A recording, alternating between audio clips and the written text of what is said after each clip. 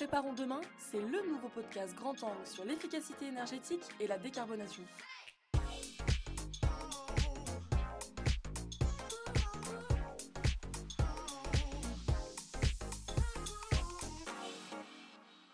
Bonjour à tous et bienvenue dans ce nouvel épisode de Préparons demain dédié à l'énergie solaire.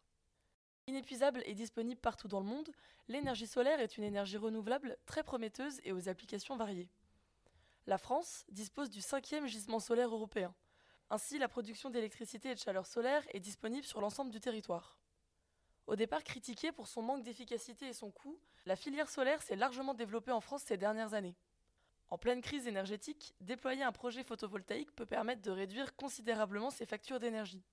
L'autoconsommation peut ainsi apparaître comme une solution d'avenir qui répond à la fois aux enjeux environnementaux et aux enjeux économiques des entreprises. Alors quels sont les différents types d'énergie solaire ? Quels avantages pour les entreprises ou les acteurs publics ?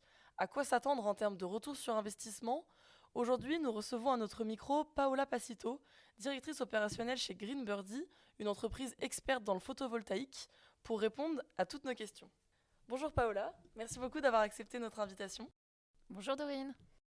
Pour commencer, peut-être que vous pouvez nous présenter en quelques mots Green Birdie.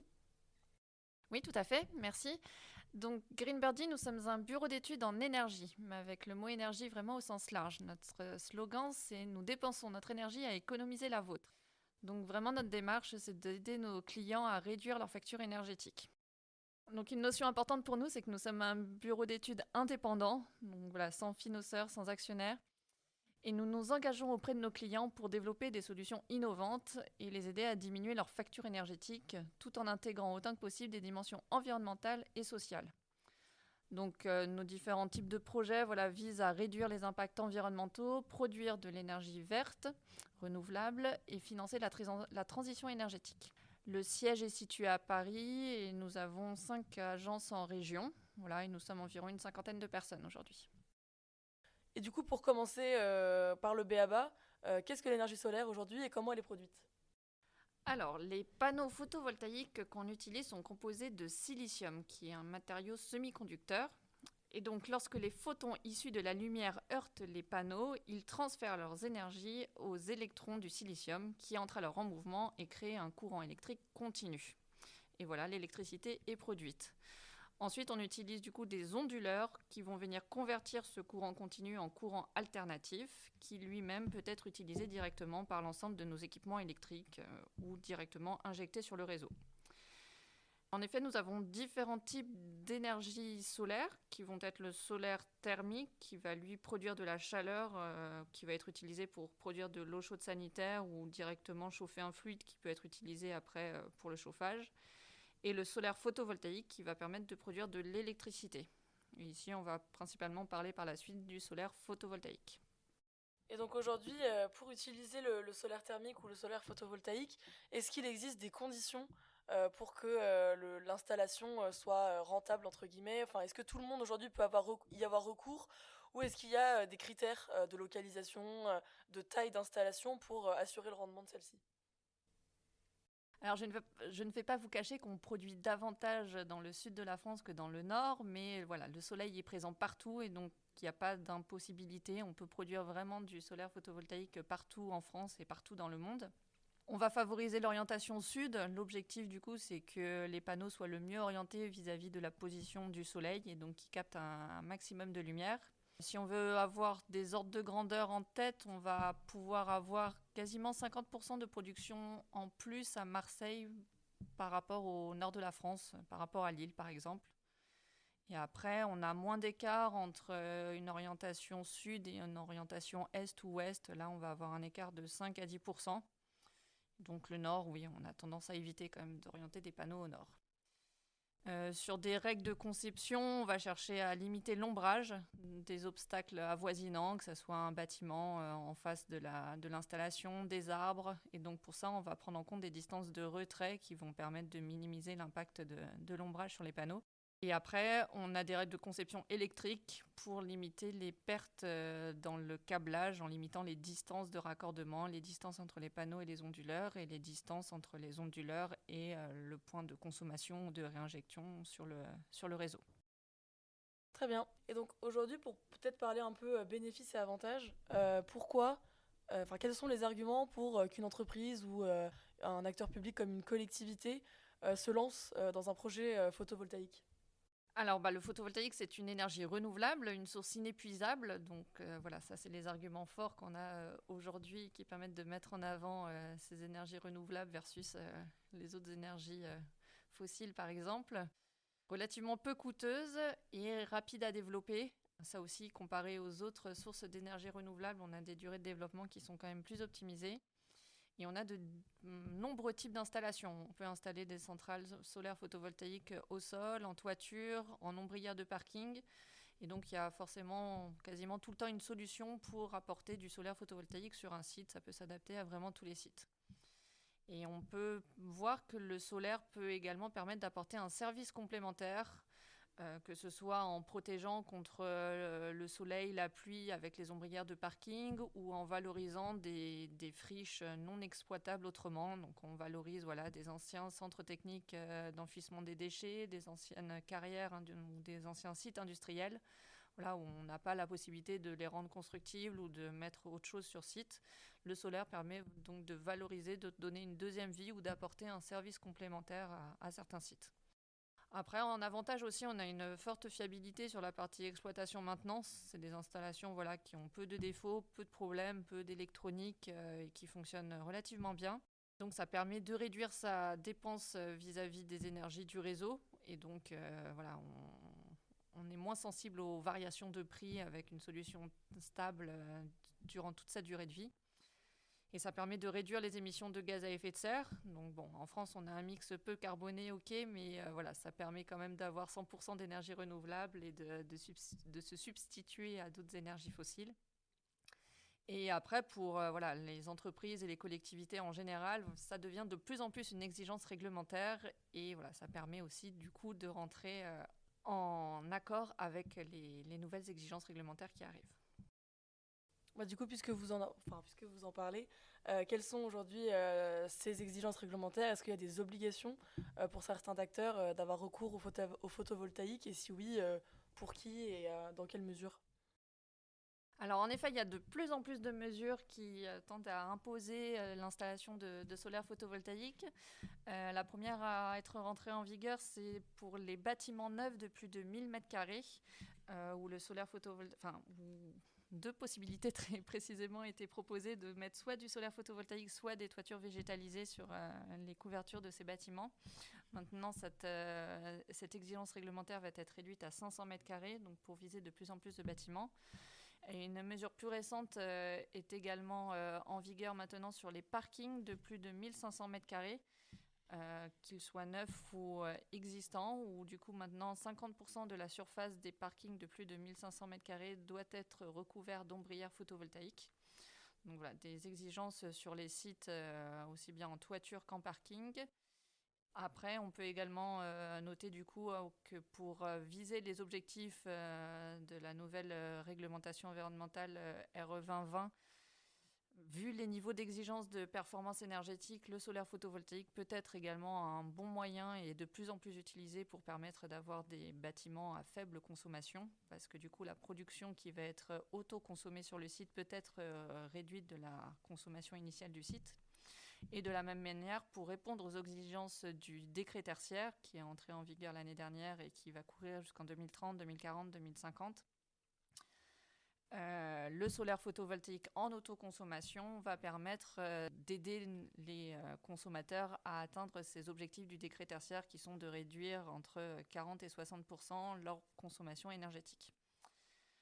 Donc voilà, plein d'incitations qui montrent que le solaire est de plus en plus mis en avant, valorisé et devient une solution inévitable pour tous les gros consommateurs. Et du coup, pour quelqu'un qui nous écoute aujourd'hui et qui voudrait se lancer dans un projet photovoltaïque, à quoi s'attendre en termes de coûts? Vous parlez de plusieurs types d'installations, que ce soit en toiture, en parking, etc. Mais aujourd'hui, combien ça coûte? Alors bien sûr, je vais vous donner des ordres de grandeur assez macro et qu'il faudra prendre avec des pincettes parce que tout dépend et on peut avoir quand même pas mal de latitude d'un site à l'autre. Mais pour vous donner quand même des premiers ordres de grandeur, si on prend un premier exemple qui va correspondre à une installation classique qu'on va pouvoir installer sur une grande surface d'une zone commerciale ou sur un site industriel de taille intermédiaire, on va souvent préconiser une installation d'environ 500 kW crête. Donc 500 kW crête, ça correspond environ à une emprise au sol de 5000 m².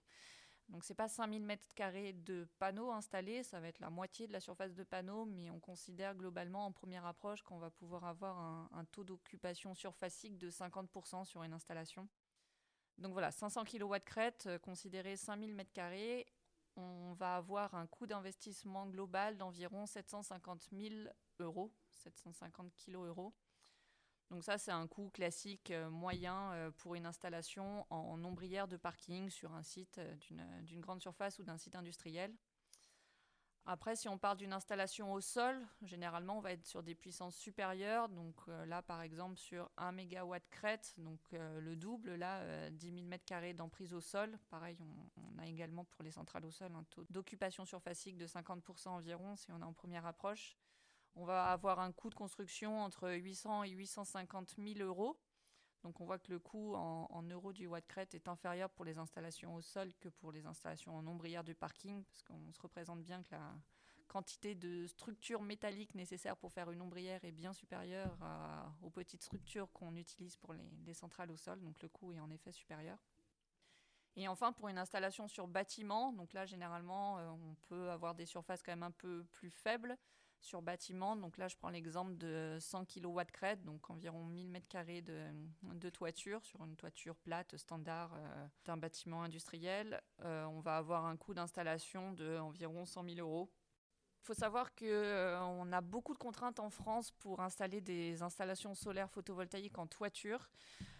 C'est des mécanismes qui sont assez contraignants parce qu'on va devoir assurer que la structure du bâtiment est apte à supporter la charge supplémentaire qu'on ajoute en toiture et que tous les constituants de la couverture sont aptes à recevoir les garanties et les certifications nécessaires pour qu'on puisse valider l'installation.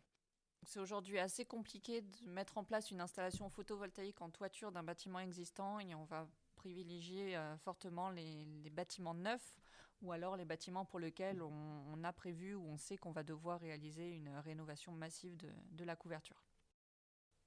Et du coup, peut-être ce qui pourrait intéresser les gens qui nous écoutent, c'est de savoir aujourd'hui, pareil, ça sera à prendre avec des pincettes, mais on a vu les prix de l'énergie augmenter. Est-ce que ça a permis de réduire les temps de retour sur investissement pour ce type de projet?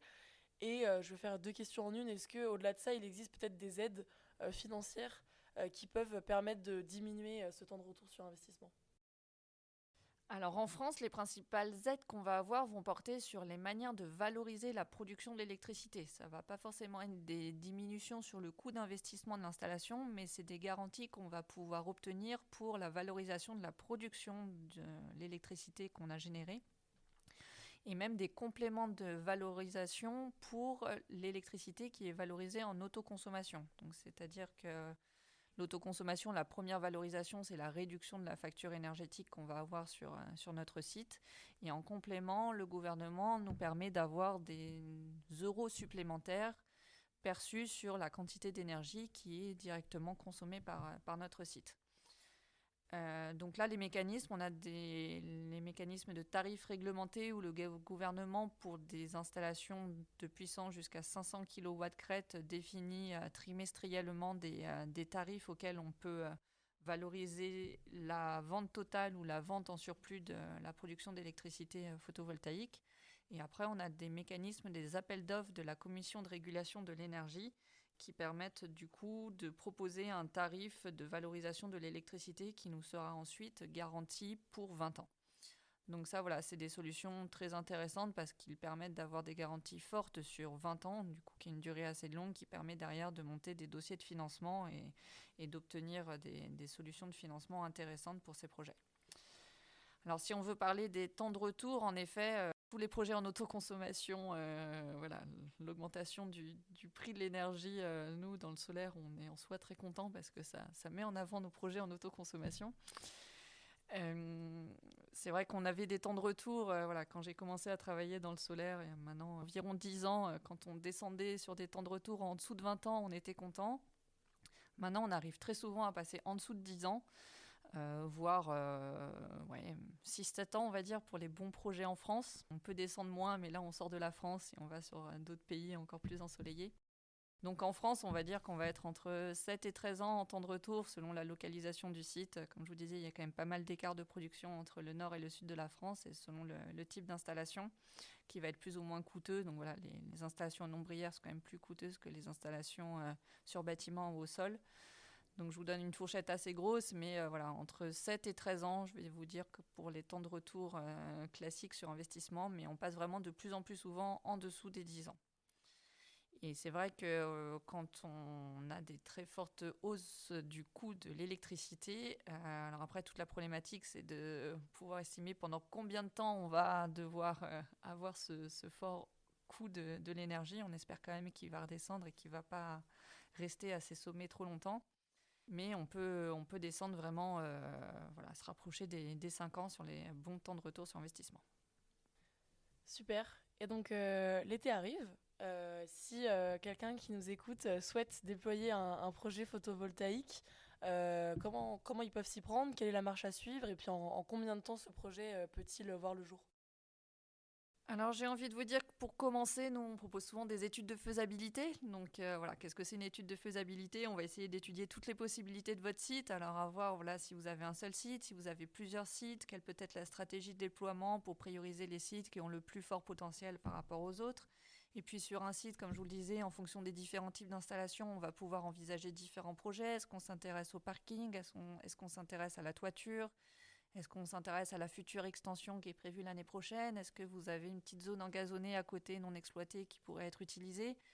Donc voilà, l'étude de faisabilité va permettre d'étudier les différentes possibilités du site et de voir en fonction de votre consommation comment est-ce qu'on va pouvoir derrière valoriser la production photovoltaïque. Est-ce que vous êtes en mesure d'en consommer une partie? Si oui, combien? Quelle serait cette quantité-là? Est-ce que cette quantité est identique au potentiel surfacique de votre site? Donc l'étude de faisabilité a pour objectif de vraiment vous fournir toutes les billes techniques et économiques et administratives pour avoir tous les éléments pour pouvoir valider, acter ou vous lancer dans ce projet en connaissance de cause.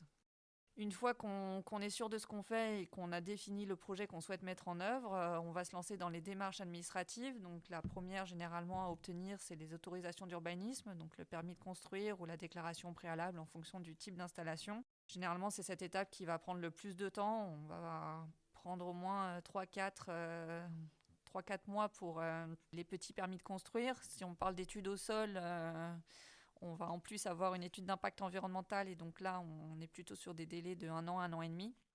Mais sur une ombrière de parking ou sur une installation en toiture, on est à quelques mois. Et après, on a les démarches à réaliser auprès des gestionnaires de réseau pour le raccordement de l'installation photovoltaïque. Donc même si on ne va pas réinjecter sur le réseau, étant donné qu'on se raccorde sur un site qui lui-même est raccordé au réseau public, on va devoir établir une demande de raccordement pour à minima alerter les gestionnaires de réseau qu'on intègre une installation de production solaire sur son site. Et le gestionnaire du réseau va du coup nous demander potentiellement des adaptations, des dispositifs de protection, suivi, comptage de l'installation électrique présente sur le site. Et donc une fois que les autorisations d'urbanisme et de raccordement sont obtenues, on va consulter les entreprises pour savoir qui va être à même de réaliser notre projet. Donc on peut soit passer par un contractant général qui va tout prendre de A à Z, soit procéder en allotissement en choisissant soi-même un électricien, structuriste, une entreprise en charge de la VRD, à voir en fonction du type de site.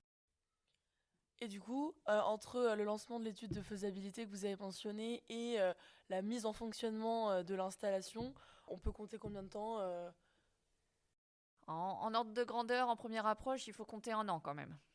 Je pense pour une installation, voilà, si on est sur des types petite industrie, grande distribution, ce genre de clients-là, il faut compter quand même une petite année. Et ça peut être, oui, quasiment le double si on parle d'une grosse installation au sol, mais ça, voilà, c'est vraiment visé pour d'autres types de clients. Très bien. Du coup, on se lance maintenant pour l'été 2024. C'est ça. Voire 2025. Très bien. Peut-être que pour finir, si vous en avez, on pourrait présenter un ou deux cas d'école que vous avez eu chez Green Birdie pour permettre un peu de montrer des cas concrets en termes de type de bâtiment, de ce qu'ils ont installé, ce que ça leur a permis peut-être en termes d'économie, histoire d'illustrer un peu tout ce qu'on vient de dire. Alors, en dernier cas concret que j'ai en tête, je peux vous parler d'un client de la grande distribution pour laquelle on avait commencé du coup une étude en performance énergétique avec lui pour identifier les pistes d'amélioration de sa performance énergétique. Et donc, le solaire photovoltaïque est arrivé comme une des solutions permettant de réduire sa facture énergétique. Et donc, nous lui avons proposé derrière une installation clé en main pour équiper son parking d'ombrières photovoltaïques. Donc là, sur ce projet-là, on était sur une installation de 491 kW crête qui permettait de produire 490 MWh. Donc là, voilà, vous avez compris, on était plutôt dans le nord de la France. Et pour une installation de cette durée-là, on a eu environ 4 mois de travaux. Donc voilà, là, c'est vraiment les travaux sur place, hein, sur le parking. On avait réalisé en amont les autorisations d'urbanisme nécessaires. Et donc, cette production photovoltaïque permet derrière de couvrir environ 20% de la consommation électrique de son site et donc de réduire d'autant sa facture énergétique. Donc, cette installation photovoltaïque va permettre de couvrir environ 20% de la consommation de son site et on va avoir un temps de retour donc sur ce site encore légèrement supérieur à 10 ans parce qu'on est dans la moitié nord-nord-nord de la France. Du coup, c'est une installation qui a été récemment mise en service et dont du coup les usagers du parking peuvent bénéficier en plus d'une installation qui protège leur véhicule du soleil ou de la pluie. Il paraît qu'il pleut un petit peu des fois quand même dans le nord de la France. Parfait, merci beaucoup. Je ne sais pas si vous avez quelque chose à ajouter pour conclure, qu'on n'aurait pas eu l'occasion d'aborder précédemment. Oui, alors je voulais peut-être préciser quelque chose là. Alors une critique qu'on a souvent, c'est l'origine des panneaux solaires. Vos panneaux, ils viennent d'Asie encore, c'est ça ? Alors oui, je ne vais pas vous mentir, ils viennent encore majoritairement d'Asie. On a quelques usines en France, mais elles ne permettent pas de répondre aux besoins de l'ensemble des projets, donc on va s'approvisionner ailleurs et souvent en Asie. Après, il faut savoir que pour bénéficier des mécanismes de soutien en France, il faut fournir une évaluation carbone des panneaux solaires. Et donc tous les fournisseurs présents sur le marché réalisent le bilan carbone de leurs produits et mettent en place du coup des mesures pour le réduire, et ça sur toutes les usines et tous les procédés utilisés. Donc même si les produits viennent de loin, même s'ils viennent d'Asie, c'est quand même des usines qui sont sensibilisées à réduire leur impact environnemental et notamment leur impact carbone. Donc on travaille sur le sujet. Super, merci beaucoup Paola d'avoir accepté notre invitation et puis d'avoir répondu à toutes nos questions. Eh bien, merci beaucoup Dorine de m'avoir invitée. Vous l'avez compris, choisir l'énergie solaire, c'est une solution efficace pour engager sa transition énergétique. Réduction de sa facture et de sa dépendance à son fournisseur d'électricité, réduction de son impact sur l'environnement, valorisation aussi de son image de marque. Les avantages de l'énergie solaire pour les entreprises ne sont plus à prouver. En plus de ça, en réaction à la hausse durable des prix de l'énergie et aux difficultés d'approvisionnement que nous avons connues cet hiver, l'arrivée des beaux jours, c'est le bon moment pour envisager une installation photovoltaïque. Je vous remercie à tous de nous avoir écoutés. J'espère que cet épisode vous a plu. Si c'est le cas, n'hésitez pas à noter ce podcast sur votre plateforme d'écoute. Et on se retrouve dès le mois prochain pour un nouvel épisode de Préparons demain.